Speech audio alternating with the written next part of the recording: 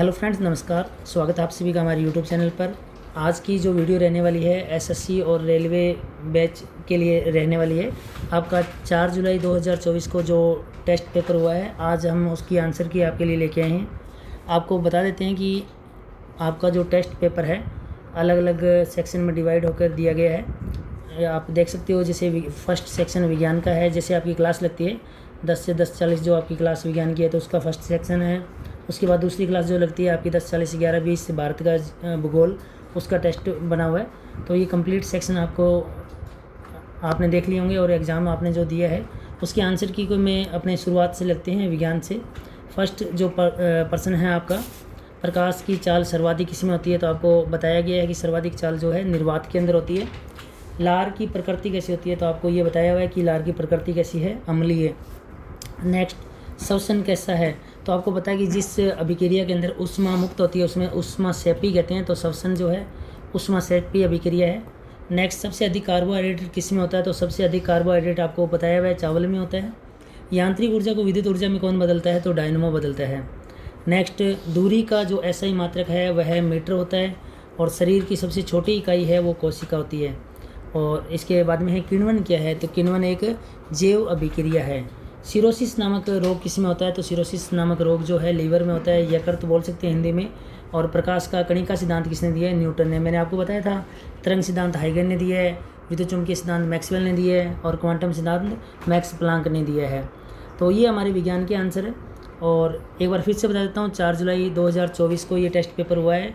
अगर आप भी तैयारी करना चाहते हैं हमसे एसएससी की, शिक्षक भर्ती की या आरएस या आईएएस की, तो आप हमारे कोचिंग सेंटर में आके ज्वाइन कर सकते हैं। हमारा पता है भगत सिंह चौक, हनुमानगढ़ जंक्शन। तो आप अभिकल्प इंस्टीट्यूट में ये ज्वाइन कर सकते हो। बैच आपको नया बैच मिल जाएगा और 2 दिन की डेमो बिल्कुल फ्री है। और साथ में हर सप्ताह में आपको, जैसे अभी 4 जुलाई को टेस्ट पेपर हुआ है, तो नेक्स्ट 7 दिन बाद 11 जुलाई को फिर से पेपर होगा। तो हर सप्ताह आपको इस तरह के टेस्ट पेपर मिलते हैं जो टॉपिक वाइज जितना भी पढ़ाया जाता है उसके बेस पर ही पेपर तैयार होते हैं। और ओनली आप टेस्ट सीरीज़ भी ज्वाइन करना चाहें तो आपको टेस्ट सीरीज़ भी मिल जाएगी।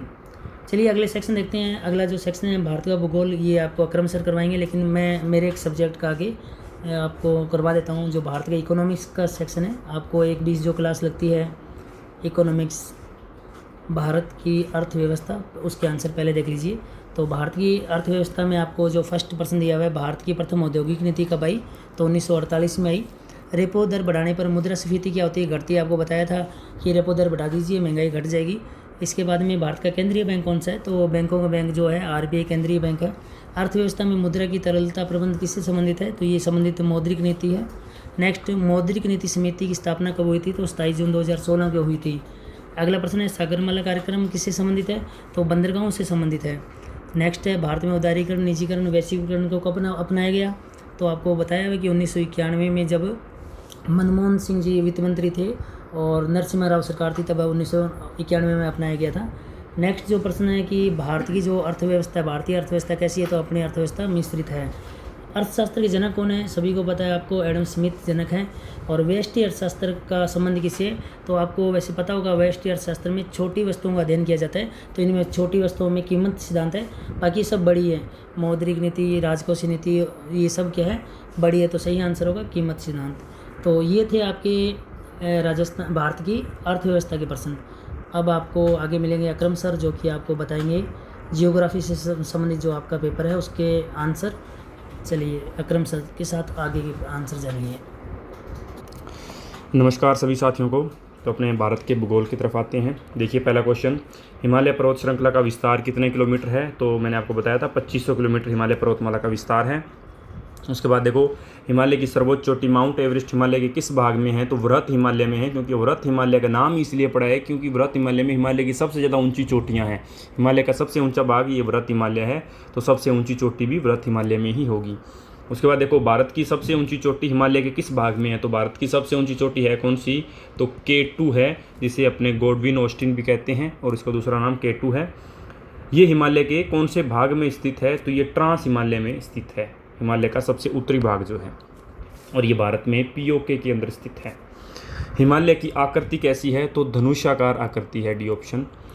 फूलों की घाटी राष्ट्रीय उद्यान हिमालय के किस भाग में स्थित है? तो कुमाऊं हिमालय में स्थित है। कुमाऊं हिमालय भारत के हिमाचल प्रदेश और उत्तराखंड के हिमालय को कुमाऊं हिमालय कहा जाता है। फूलों की घाटी राष्ट्रीय उद्यान है, ये इस कुमाऊं हिमालय में स्थित है। ये इसलिए प्रसिद्ध है क्योंकि ये विश्व धरोहर स्थल घोषित किया गया है, इसको विश्व धरोहर स्थल। तो ये आपका कुमाऊं हिमालय में है। उसके बाद देखो, निम्न में से कौन सी श्रेणी ट्रांस हिमालय का भाग नहीं है?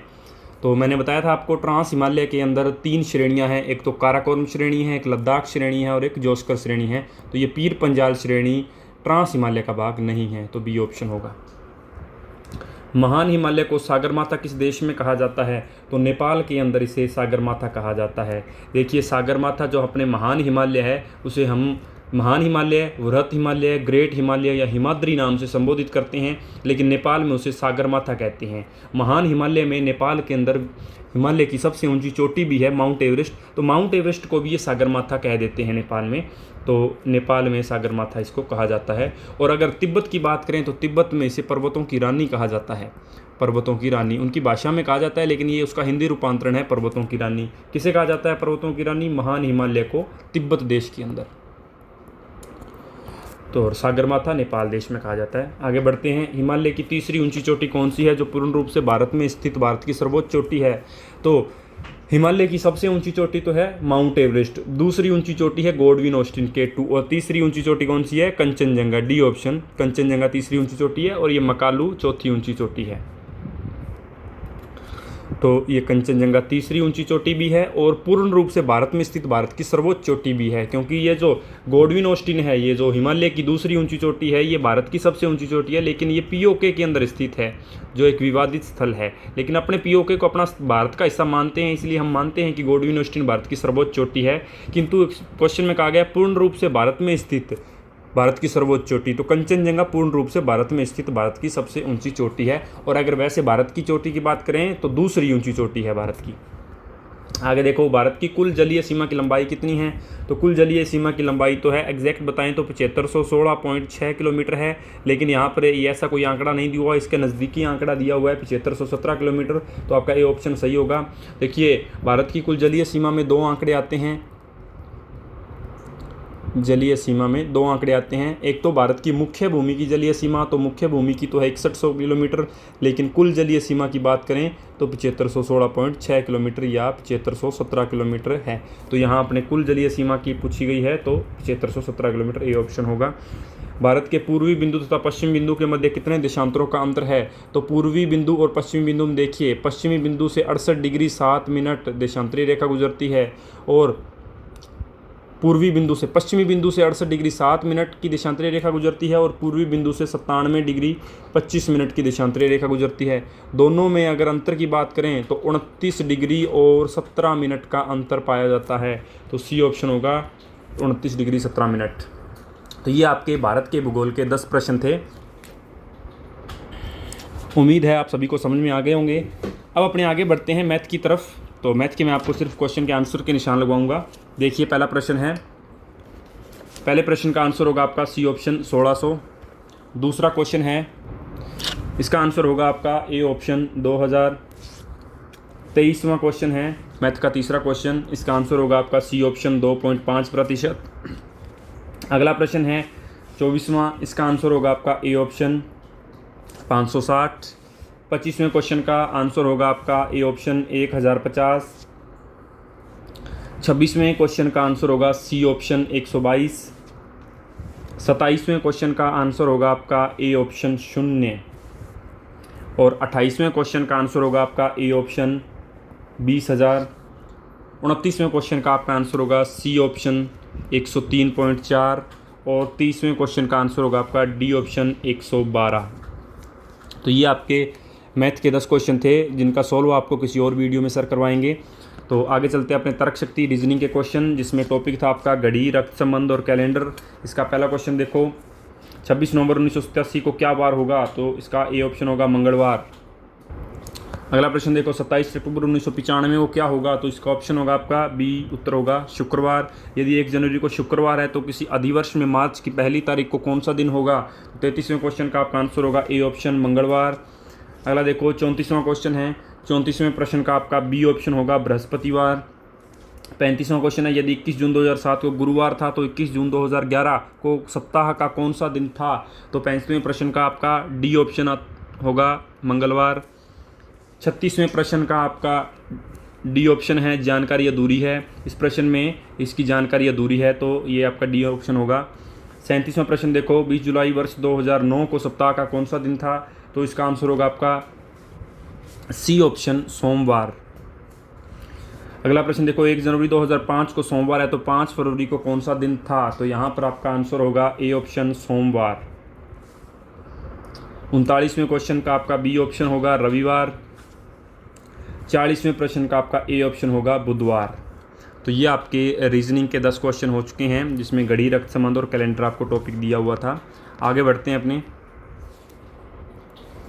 इंग्लिश की तरफ। तो इंग्लिश के क्वेश्चनों की बात करते हैं तो 41वां प्रश्न है जिसका आंसर होगा सी ऑप्शन। 42वां प्रश्न देखो, 42वें प्रश्न का आंसर होगा आपका ए ऑप्शन। 43वें क्वेश्चन का आंसर होगा बी ऑप्शन। 44वें क्वेश्चन का आंसर होगा आपका सी ऑप्शन। 45वें प्रश्न का आंसर होगा आपका बी ऑप्शन। 46वें प्रश्न का आपका आंसर होगा डी ऑप्शन। 47वें प्रश्न का आंसर बी है आपका डी ऑप्शन। 48वें प्रश्न का आंसर होगा सी ऑप्शन। 49 नंबर प्रश्न का आंसर होगा आपका डी ऑप्शन। और 50 नंबर प्रश्न का आंसर होगा आपका ए ऑप्शन। तो ये आपके इंग्लिश के 10 प्रश्न के आंसर हो गए। अब आगे बढ़ते हैं अपने भारतीय राज्य व्यवस्था इंडियन पॉलिटिकल पर। तो इंडियन पॉलिटिकल का पहला प्रश्न देखते हैं। पहला प्रश्न, संसद के सत्र आहूत करने व सत्र अवसान करने का अधिकार किससे प्राप्त है? तो राष्ट्रपति को, ए ऑप्शन होगा आपका। दूसरा प्रश्न देखो, संसद सदस्यों की योग्यताओं का उल्लेख किस अनुच्छेद में है? तो अनुच्छेद 84 में इसका उल्लेख है, डी ऑप्शन। राज्यसभा का चुनाव लड़ने हेतु न्यूनतम आयु सीमा कितनी निर्धारित है? तो 30 वर्ष राज्यसभा के सदस्य हेतु न्यूनतम आयु है, सी ऑप्शन होगा आपका। लोकसभा की सर्वाधिक सीटों वाला राज्य कौन सा है? तो उत्तर प्रदेश जो है वो लोकसभा की सर्वाधिक सीटों वाला राज्य है। राष्ट्रपति को क्षमादान की शक्ति किस अनुच्छेद में वर्णित है? तो अनुच्छेद 72, बी ऑप्शन है, ये आपका राइट आंसर होगा। अगला प्रश्न देखो, किस अनुच्छेद के तहत उपराष्ट्रपति कार्यवाहक राष्ट्रपति के रूप में कार्य करता है? तो अनुच्छेद 65 के तहत, ऑप्शन सी। राष्ट्रपति को शपथ किसके द्वारा दिलाई जाती है? तो राष्ट्रपति को शपथ भारत के मुख्य न्यायाधीश के द्वारा दिलाई जाती है, तो सी ऑप्शन होगा। 18वीं लोकसभा में अध्यक्ष कौन निर्वाचित हुए हैं? तो ओम बिरला, जो पिछली लोकसभा में भी अध्यक्ष थे और इस लोकसभा में भी यही अध्यक्ष नियुक्त हुए हैं। अगला प्रश्न, राज्यसभा का पदेन सभापति कौन होता है? तो उपराष्ट्रपति होता है राज्यसभा का पदेन सभापति। कार्यकाल के दौरान मृत्यु को प्राप्त होने वाला प्रथम राष्ट्रपति कौन थे? तो सी ऑप्शन आपका जाकिर हुसैन जी। तो ये आपकी इंडियन पॉलिटिकल के 10 क्वेश्चन थे। आगे अपने बढ़ते हैं। तो भारत की अर्थव्यवस्था इंडियन इकोनॉमिक्स के क्वेश्चन आपके एस के सर ने आपको करवा दिए हैं। आगे बढ़ते हैं करंट अफेयर्स के क्वेश्चन पे। तो 61 से लेकर के 80 क्वेश्चन, 20 क्वेश्चन आपके करंट्स के क्वेश्चन हैं। इनके आंसर आपको करवाएंगे सुभाष सर। तो चलते हैं सुभाष सर के पास। हाँ जी, तो देखिए करंट के जो क्वेश्चन हैं, पहला क्वेश्चन देखिए क्या है। भारत में प्रथम औद्योगिक सभी फॉर्मेट्स, पहला प्रश्न है, सभी फॉर्मेट्स के आईसीसी टूर्नामेंट में फाइनल में कप्तानी करने वाले दूसरे क्रिकेटर कौन बने हैं? तो देखिए रोहित शर्मा जो है, रोहित शर्मा आईसीसी इवेंट्स के अंदर भारत के लिए सभी फॉर्मेट्स के अंदर कप्तानी करने वाले दूसरे भारतीय क्रिकेटर बने हैं। इसके बाद देखिए अगला जो क्वेश्चन है, संयुक्त राष्ट्र में हिंदी को बढ़ावा देने के लिए भारत ने कितने मिलियन अमेरिकी डॉलर की सहायता दी है? तो 1.169 मिलियन डॉलर्स की सहायता जो है भारत ने दी है। इसके बाद नेक्स्ट देखिए, हाल ही में पेन प्रिंटर पुरस्कार 2024 से किसे सम्मानित किया गया है? तो देखिए अरुंधति राय जो है अभी हाल ही में चर्चा में है। आपकी जानकारी के लिए मैं बता दूं, अभी इन्हें किसी पुराने मामले को लेकर के 6 महीने की कैद की सज़ा दी गई है। हाल ही में कौन सा मोबाइल ऐप रेलवे सुरक्षा द्वारा लॉन्च किया गया है? तो देखिए जो ऐप है उसका नाम है संज्ञान ऐप। संज्ञान ऐप रेलवे सुरक्षा द्वारा लॉन्च किया गया है। नेक्स्ट क्वेश्चन है, हाल ही में professional golf tour of India का नया अध्यक्ष किसे चुना गया है? तो देखिए आप याद रखें, जो गोल्फ टूर ऑफ इंडिया का जो नया अध्यक्ष चुना गया है वो चुना गया है कपिल देव को। कपिल देव जो कि भारतीय क्रिकेट टीम के कप्तान भी रह चुके हैं, इन्हें गोल्फ के अंदर भी बड़ी रुचि है, तो इन्हें गोल्फ टूर ऑफ इंडिया का नया अध्यक्ष चुना गया है। नेक्स्ट क्वेश्चन है, हाल ही में T20 इंटरनेशनल की बल्लेबाजी रैंकिंग में टॉप रैंक किसने हासिल की है? तो देखिए ऑस्ट्रेलिया के क्रिकेटर हैं ट्रेविस हेड। आपको पता होगा पहले सूर्य कुमार यादव 1 नंबर पे काबिज थे, अब ट्रेविस हेड जो है 1 नंबर पे काबिज हो गए हैं, जो भारत के विरुद्ध उन्होंने सेमीफाइनल के अंदर जो पारी खेली थी। सेमीफाइनल से पहले जो ऑस्ट्रेलिया के साथ मैच हुआ था, सेमीफाइनल तो इंग्लैंड के साथ हुआ था, उस पारी की बदौलत ये नंबर 1 पर चले गए हैं और सूर्य कुमार यादव नंबर 2 पे हैं। नेक्स्ट है, यूरोपीय परिषद के अगले अध्यक्ष के रूप में किसे चुना गया है? तो देखिए यूरोपीय परिषद के अगले अध्यक्ष के रूप में एंटोनियो कोस्टा को चुना गया है, तो द ऑप्शन सही हो जाएगा। नेक्स्ट है, हाल ही में अंतर्राष्ट्रीय सौर गठबंधन का कौन सा पूर्ण सदस्य पैराग्वे बना है? तो कितने नंबर का बना है? तो 100 सदस्य कंप्लीट हो गए हैं इसके अंदर, तो अंतर्राष्ट्रीय सौर गठबंधन के अंदर 100वां सदस्य जो है पैराग्वे जो देश है ये बना है। नेक्स्ट है, हाल ही में संयुक्त राज्य अमेरिका ने किस देश को अपना प्रमुख गैर नाटो सहयोगी नामित किया है? तो याद रखें केन्या को किया है। केन्या जो देश है इसको संयुक्त राज्य अमेरिका ने अपना प्रमुख गैर नाटो सहयोगी के रूप में चयनित किया है। नेक्स्ट है, अफगानिस्तान को हराकर T20 वर्ल्ड कप 2024 के फाइनल में पहुंचने वाली पहली टीम कौन सी बनी है? तो देखिए जो पहली टीम बनी है वो है साउथ अफ्रीका, यानी दक्षिण अफ्रीका जो है इसने सेमीफाइनल में अफगानिस्तान को हराया था। और आपको बता दूं कि अब तो फाइनल भी हो चुका है, इंडिया और साउथ अफ्रीका के बीच फाइनल हुआ था 29 जून 2024 को बारबोडास वेस्ट इंडीज़ के अंदर, जिसमें भारत ने दक्षिण अफ्रीका को हरा दिया है। नेक्स्ट है, नस्ली दवाओं के दुरुपयोग और अवैध तस्करी के खिलाफ अंतर्राष्ट्रीय कानून दिवस किस दिन मनाया जाता है? तो याद रखें 26 जून को अंतर्राष्ट्रीय दिवस जो है, अंतर्राष्ट्रीय दिवस नशीली दवाओं के दुरुपयोग और अवैध तस्करी के खिलाफ जो अंतर्राष्ट्रीय दिवस है वो 26 जून को मनाया जाता है। नाटककार हेराल्ड पिंटर की स्मृति में स्थापित PEN पिंटर पुरस्कार 2024 से किसे सम्मानित किया गया है? तो देखिए अरुंधति रॉय जो है, अरुंधति रॉय को इस पुरस्कार से सम्मानित किया गया है।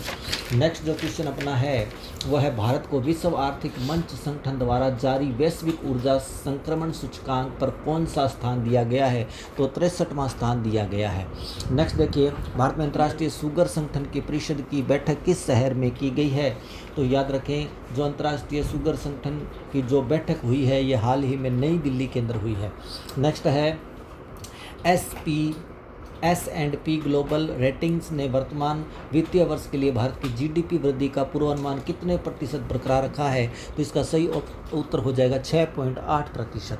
नेक्स्ट देखिए, किस राज्य सरकार ने राज्य के सभी जिलों में प्रधानमंत्री उत्कृष्टता महाविद्यालय की स्थापना को मंजूरी दी है? तो सही उत्तर हो जाएगा मध्य प्रदेश। मध्य प्रदेश सरकार ने हाल ही में इसकी घोषणा की है। नेक्स्ट है, हाल ही में किसको इंटेलिजेंस ब्यूरो जो IB होता है, इंटेलिजेंस ब्यूरो का महासचिव नियुक्त किया गया है? तो तपन कुमार डेका जो है इन्हें इंटेलिजेंस ब्यूरो का महासचिव नियुक्त किया गया है। नेक्स्ट है, हाल ही में किसको वर्ल्ड क्राफ्ट सिटी विश्व शिल्प शहर का दर्जा दिया गया है? तो श्रीनगर जो है, श्रीनगर को विश्व शिल्प शहर का दर्जा दिया गया है। नेक्स्ट है, राज्यसभा में सदन का नेता किसे चुना गया है? तो JP नड्डा यानी जगत प्रकाश नड्डा जो कि BJP के राष्ट्रीय अध्यक्ष भी हैं, तो JP नड्डा को राज्यसभा में सदन का नेता चुना गया है। नेक्स्ट है, चीन सेक्टर के वैश्विक कार्यक्रम ISO परिषद बैठक की मेज़बानी कौन सा देश कर रहा है? तो देखिए इसकी मेज़बानी भारत कर रहा है। तो इस प्रकार ये आपके करंट GK के क्वेश्चन भी हुए कंप्लीट। Thank you. चलिए स्टूडेंट देखिए, आपका आज का ये जो पेपर जो हम सॉल्यूशन करवा रहे हैं 4 जुलाई 2024 को हुआ है और SSC और रेलवे दोनों के बैच के लिए है। और इसमें साइंस का पोर्शन आपका कंप्लीट करवा दिया है। आगे जियोग्राफी भारत के भूगोल का हो चुका है। नेक्स्ट साधारण ब्याज और चक्रवर्ती ब्याज मैथ से संबंधित जो सवाल थे उनके आपको आंसर बता दिए गए। इन मैथ की जो प्रश्नों के कंप्लीट सॉल्यूशन आपने देखना है तो हमारे यूट्यूब चैनल पर बने रहिएगा, पूरा डिटेल से आपको सॉल्यूशन मिल जाएंगे। वहीं रीजनिंग का भी आपको डिटेल से सॉल्यूशन मिलेंगे। और आगे इंग्लिश के आपको आंसर्स बता दिए हैं। ये इंग्लिश ओनली SSC के स्टूडेंट ने ही अटेंड करना था और नेक्स्ट इसके बाद में आपको भारतीय राज्य व्यवस्था के भी आंसर बता दिए गए हैं। इकोनॉमिक्स के मैंने पहले ही बता दिए आपको। और करंट अफेयर के लिए आप हमारी वेबसाइट पर विज़िट कर सकते हैं। और अगला जो एग्ज़ाम होगा उसमें एक सेक्शन और ऐड हो रहा है, उसके लिए आपको हमारा टेलीग्राम जो चैनल है उसको ज्वाइन करना होगा, अभिकल्प इंस्टीट्यूट। यहाँ से आपको एक नया सेक्शन जो आपके स्टैटिक जीके के हैं वो यहाँ से प्रश्न आएंगे। तो चलिए, अगला जो पेपर होगा वो आपका एसएससी का होगा। 4 जुलाई आज है, 7 दिन बाद यानी 11 जुलाई को नेक्स्ट पेपर होगा। और अगर आप टेस्ट सीरीज़ भी ज्वाइन करना चाहते हैं तो आपको हमारे यहाँ पर ऑफलाइन टेस्ट सीरीज़ भी मिल जाएगी। और इसके लिए आपको पता नोट कर लीजिए आप, अभिकल्प इंस्टीट्यूट, भगत सिंह चौक, हनुमानगढ़ जंक्शन। और हमारा मोबाइल नंबर है 96 028 62 091। आप एसएससी के किसी भी बैच और रेलवे के किसी भी बैच के लिए हमसे संपर्क कर सकते हैं। आपको 2 दिन की डेमो बिल्कुल फ्री मिलेगी। आप डेमो लगा के फाइनल कर सकते हैं कि बैच आप ज्वाइन करना चाहते हैं या नहीं करना चाहते। चलिए, इस वीडियो में इतना ही। नेक्स्ट एक अन्य वीडियो में फिर मुलाकात होगी, तब तक के लिए बाय, टेक केयर।